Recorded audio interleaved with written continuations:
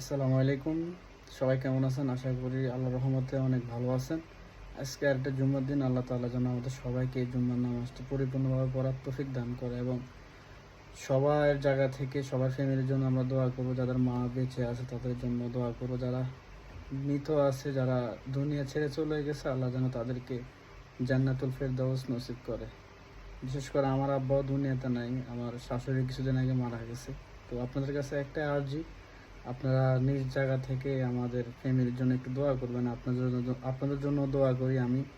আল্লাহ যেন সবাইকে আল্লাহ ভালো রাখে এবং গোটা পৃথিবীর মুসলিমদেরকে যেন আল্লাহ খাস রহমত নাজিল করে। ফিলিস্তিনের উপরে যেন আল্লাহ রহমত বর্ষিত করে। তারা ক্ষুধার্ত অসহায়ভাবে মারা যাচ্ছে। আমাদের পৃথিবীর মানুষরা টাকায় টাকা থেকে ছাড়া আর কিছু করতে পারতেছে না। আল্লাহ যেন এই অভাব অনাটন দূর করে তাদেরকে সাহায্য করে। আল্লাহুম্মা সাল্লি আলা নাবিয়্যিনা মুহাম্মদ।